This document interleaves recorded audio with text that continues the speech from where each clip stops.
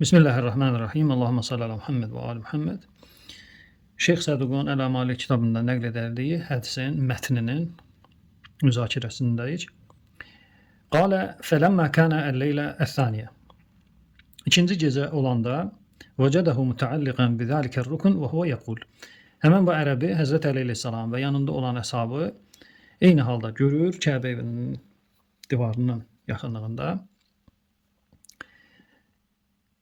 Belə bir dua edir. Ya əzizən fi izzikə, fəla əəz minkə fi izzikə. Əizzəni bi izzi izzikə fi izzin la ya'ləm əhədun keyfə huvə. Deməli, Allahın izzət sifətindən şəxs möhkəm yapışır və Allaha müraciət edilir. İzzət nədir? İzzət ərəb dilində güc, qüdrət, möhkəmlik və məğlub olmamaq, məğlub etmək mənalarına gəlir. Yəni bir şəxs əgər güclü, qüdrətli, şiddətli, məğlub edən və məğlub olmazdırsa, şəxsə deyərlər əziz. Məsələn, Həzrət Əli əleyhissalam əzizdir. Yəni heç bir müharibədə, heç bir döyüşdə hər hansı bir rəqiblə üz-üzə gəlibsə, şiddətli olub, güclü olub, məğlub olmayıb, əksinə rəqibini məğlub edib. Belə şəxslərə deyərlər ərəb dilində əziz. Quran-ı Kərimdə Yusuf əleyhissalamın qardaşları və Yusuf əleyhissalamın mövzusunda Yusuf peyğəmbərə belə müraciət olunur. Əziz. Əziz nə deməkdir? Yəni şah. Bir ölkənin rəhbəri. Niyə ona əziz deyirlər? Çünki yenə də dil baxımından rəiyyət və o cəm ki, bu şəxsin himayəsi və nəzarəti altındadır, o onlara qələbə çalıb. Onlar buna məğlubdular. Deməli, Allahın əziz sifəti Əsma-ül Hüsnadandır. Allahın Əsma-ül Hüsnasından biri Əl-Əziz, yəni güclü, qüdrətli, məğlub olmaz. Yəni bu sifətdə əsas nöqtə məğlub edən, məğlub olmaz. Niyə? Likəmal qudrətihi və qüvvətihi. Allah güc və qüdrətində kamalda olduğuna görə həmişə qalibdir, həmişə qələbə çalar və heç vaxt məğlub olmaz. Allahın əziz sifətinin mənası bu deməkdir. Qüdrət və qüvvətində kamalda olduğuna görə Allah həmişə qalibdir, heç vaxt məğlub olmaz. Və bu bədəvi ərəb Allahın əziz sifətindən elə yapışır ki, kəlmə-kəlmə indi toxunaq. Ya əzizən fi izzikə. Deməli, izzətində əziz olan. Fəla əəzzə minkə fi izzikə. Sənin izzətində səndən daha əziz kimsə yoxdur. Bir varlıq ola bilməz. Yəni, izzət qapısı sənsən. İzzətin özü sənsən. Əizzəni bi izzi izzikə. İzzikə, yəni əzizliyinin əzizliyi. Yəni, xüsusi əzizliyinlə məni izzətə mindir. İzzətli ilə. Fi izzin la ya'ləm əhədun keyfə huvə. O xüsusi əzizlik ki, o xüsusi izzət ki, səndən başqa heç kim bilmir o nədir. Ətəvəccəhu ileykə və ətəvəssəlu ileykə. Ətəvəccəhu ileykə sənə üz tuturam. Ətəvəssəlu ileykə sənə təvəssül edirəm. Nəylə? Bihaqqı Muhammed və ali Muhammed aleyk. Allahümme salli ala Muhammed və ali Muhammed. Muhammed və ali Muhammedin sənin üzərində olan haqqa, o haqqla sənə təvəssül edirəm, o haqqla sənə üz tuturam. Yəni Muhammed və ali Muhammedin Allahın üzərində nəyi var? Haqqı var. İndi bu məsələ Muhammed və ali Muhammedin və yaxud peyğəmbərlərin Allahın üzərində haqqı var, yoxdur. Bu özü geniş bir mövzudur. Yəni ki, araşdırılası bir mövzudur. Hətta Quran-ı Kərimdə bu mövzuya işarə vardır. İndi fəqət işarələr eləyib üstündən keçirəm ki, Allahın bəndə üzərində haqqı və bəndələrin Allah üzərində haqqı. Belə bir şey varmı ya yoxmu? Mövzunun kökü budur ki, əsalətən, yəni fil asıl, zaten heç bir varlığın Allah üzərində haqqı ola bilməz. Heç kim Allah üzərində haqq iddiaçısı ola bilməz ki, mənim Allahın öhdəsində, Allahın üzərində haqqım var. Zaten, əsalətən heç kim bu haqqı iddia eləyə bilməz. Amma Allah özü bəndənin müəyyən işlərinə görə öz sahəsinə hər hansı bir haqqı vacib eləmək Allahda varmı, yoxmu? O özü nədir? Müzakirə məsələsidir. Məsələn, mərhum Ayətullah Şəhid Mütəhhəri Allahın üzərində məxluqun haqq iddiasını qəbul etmir, rədd edir ki, belə bir şey yoxdur. Amma müəyyən hədislərdə, sünnidə də, şiyyədə də bu mövzuya toxunulub ki, məxluqun, bəndənin də Allah üzərində Allahın öz istəyi ilə, öz lütf mərhəməti ilə haqqı vardır. Və həmçinin də işarə olaraq Nəhl surəsi 38-ci ayəyə baxmaq olar ki, orada Allah Teala buyurur, Bismillahirrahmanirrahim, mövzuya aid olan hissə belədir. Bəla, va'dən aleyhi haqqan. Bu kəlmə bu mövzuya yardımcı ola bilər. Həmçinin də Dəlail-i İmamə kitabında hədis var. Orada 12-ci imamla Kamil İbn İbrahim adında şəxsin arasında müzakirə gedir, bir diyaloq olur. Müəyyən məsələlər müzakirə olunur. O məsələlərdən də biri budur. Deməli, imam buyurur, Vallahi, ənəhu yədxuluha qovmun yuqalu ləhuməl haqqiyyə. Cənnətə daxil olacaq, and olsun Allaha, bir dəstə insan ki, onlara deyərlər haqqiyyə. O dəstənin adına deyərlər haqqiyyə. Kamil ibn İbrahim imama deyir ki, ya seyyidi, mən hum, onlar kimdir? İmam buyurur, hum qovmun min hubbihim li aliyin yahlifuna bihaqqihi. Onlar bir dəstə əhl-i beyt sevən insanlardır ki, Həzrət Əli əleyhissalama xüsusi məhəbbətləri var və Həzrət Əli əleyhissalamın haqqına and içərlər. And olsun Əlinin haqqına. Və la yədrunə ma haqquhu və fadluhu. Həzrət Əlinin haqqının və fəzilətinin həqiqətini dərk eləməzlər. Bu növ insanlara deyərlər əl-haqqiyyə və bunlar da cənnət əhli olarlar. Deməli, haqqın, Həzrət Əlinin haqqı, Peyğəmbərin haqqı və Musa əleyhissalamın haqqı, İsa əleyhissalamın haqqı var. Amma onun təfsilatı biz bilmirik. Bizə izah olunmayıb və buna ehtiyac da yoxdur. Yəni, vacib miqdarını bil, o təfsilatı bilməsəndə əl-haqqiyyə kimi sənin də, belə deyək də, boynundan götürülür.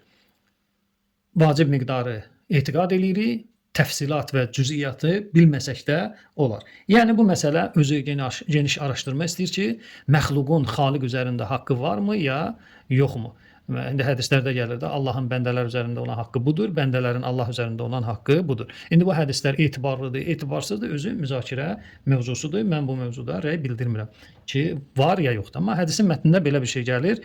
İndi o alimlər ki, məxluqun xaliq üzərində haqqı ola bilməz əqidəsində, məsləkindədirsə, bu özü də bu hədisə tənə sayılır və uydurma izi kimi hesab eləyə bilərik. Amma o alimlər ki, onların məsləki və tutduqları yol məxluqun xaliq üzərində xaliqin lütfi mərhəməti ilə haqqı ola bilər, onun izni ilə haqq ola bilər, onda bu tənə hesab olunmayacaq. Hər halda A'tini ma la yu'tini ahadun ghayruka. Mənə kimsənin vermək gücü çatmayacaq, verməyi bacarmayacağını mənə ver.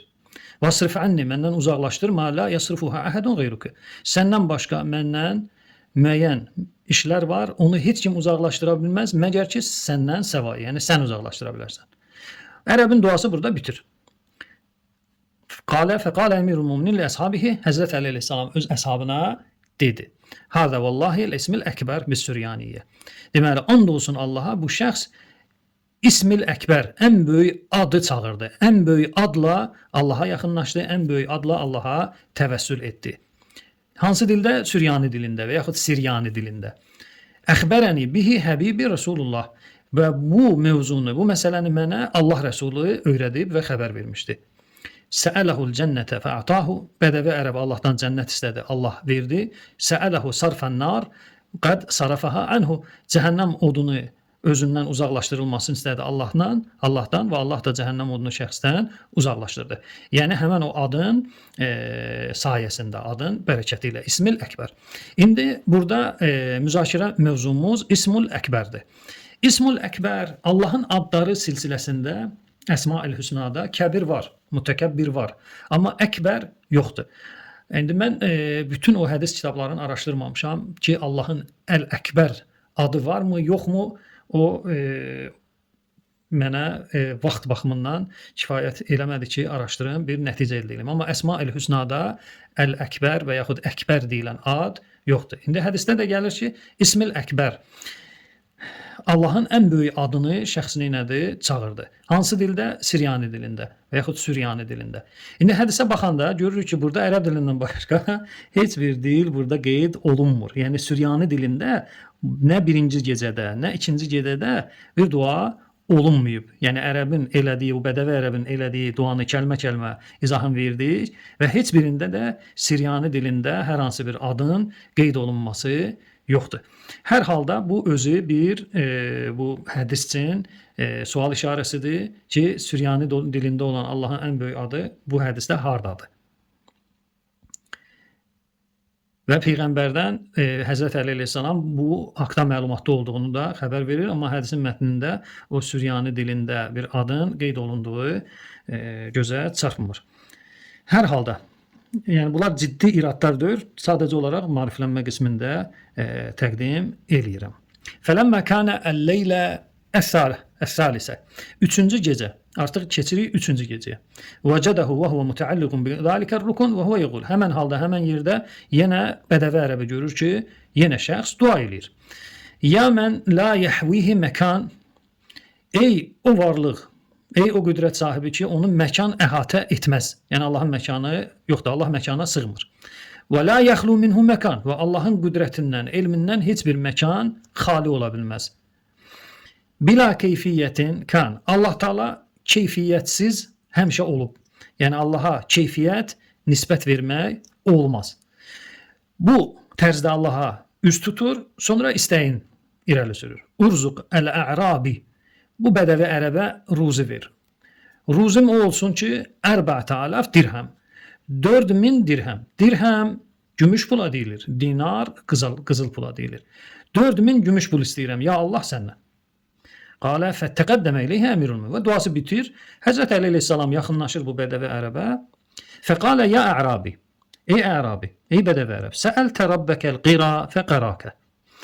Allahdan qira istədin, Allah Taala sənin qiranı verdi. Qiranı da izah elədik də keçən izahımızda ki, qonağa təqdim olunan yeməyə ərəb dilində deyirlər qira və müxtəlif yeməklərin də izahını verdik. Və səəltəhul cənnə fə'tak. Və Allahdan cənnət istədin və Allah sənə cənnəti verdi. Və səəltəhu an yasrifa ankən nar və qad sarafaha ank. Və cəhənnəm odunun səndən uzaqlaşmasın istədin, artıq səndən nədir? Onu uzaqlaşdırdı. Və fi hadihi leylə təsəluhu 4,000 dirhəm. Bu gecədə Allahdan 4000 dirhəm istəyirsən. Deməli,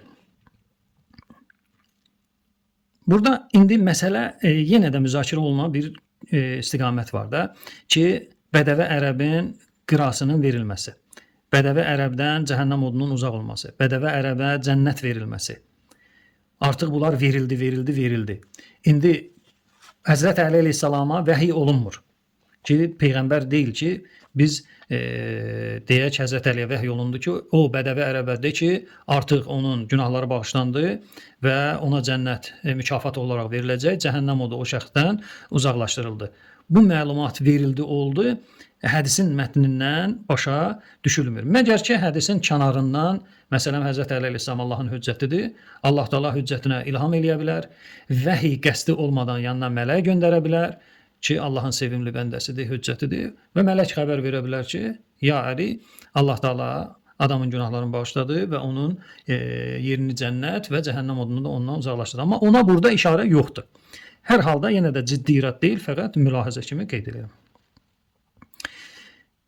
Qalə əl-ə'rabi mən əntə. Həzrət Əli əleyhissalama ə'rabi deyir ki, sən kimsən? Qalə ənə Əli ibn Əbi Talib. Mən Əli ibn Əbi Talibəm. Qalə əl-ə'rabi əntə vallah buğyəti. Buğyə istək, hacət deməkdir. And olsun Allaha, mənim istəyimsən, səni istəyirdim hələ. Və bikə unzilət hacəti və yaxud ənzəltu hacəti. Mənim hacətim hələ sənin yanındadır, mənim hacətimi sən verəcəksən. Yəni bu hacətimi sən verəcəksən. Bu 4000 məsələsini sən həll eləyəcəksən. Qalə səl ya ə'rabi. Qalə uridu 1000 dirhəm lis-sadaq. Həzrət Əli əleyhissalam bədəvi ərəbə deyir ki, istəyi üstə ərəb deyir ki, sadaq mehriyə deməkdir. Yəni evlənmək üçün istifadə olunan pul. 1000 dirhəm, 1000 gümüş pul evlənmək üçün istəyirəm. Və 1000 dirhəm aqdi bihi deyni və 1000 dirhəm borcumu ödəmək üçün. Və 1000 dirhəm əştəri bihi daran və 1000 dirhəmə də ev alacağam. Və 1000 dirhəm ətəəyyəşu bihi və 1000 dirhəmə də yaşayışımı təmin edəcəm. Yəni ticarət eləyə bilər və s. Qalə ənsafda ya Ərabi. Ansafa ərəb dilində ədalətlə rəftar etmək və yaxud bir şəxsdən haqqı artıqlaması ilə almağa deyilir. Yəni Həzrət Əli əleyhissalam deyir ki, sən haqqımı məndən artıqlaması ilə alacaqsan. Fəidə xərəcdə min Məkkə fəsəl ən dari bi Mədinə. Məkkədən çıxanda mənim evimi Mədinədə axtar, Peyğəmbər Mədinəsində axtar və məndən görüş. Fəqaməl Ərabi min Məkkə usbu'an və xərəcə fi talab əmiril müminin ilə Mədinətir Rəsul. Və bu bədəvi ərəb Məkkədə bir həftə qalır. Sonra Həzrət Əli əleyhissalamı axtarıb tapmaq üçün Peyğəmbər şəhərinə üz tutur və çatır Mədinəyə və nada uca səsi ilə səsləyir. Mən yudilləni alə dar əmiril müminin Ali. Kim Həzrət Əli əleyhissalamın evini mənə nişan olaraq göstərər, harda yerləşdiyini mənə deyər. Fəqalə Əl-Hüseyn ibn Ali. Hüseyn ibn Ali dedi, mən. Bu məqamda dayanırıq və buradan hədisdə olan iradlar başlayır. Vəssalamu aleykum və rəhmətullah.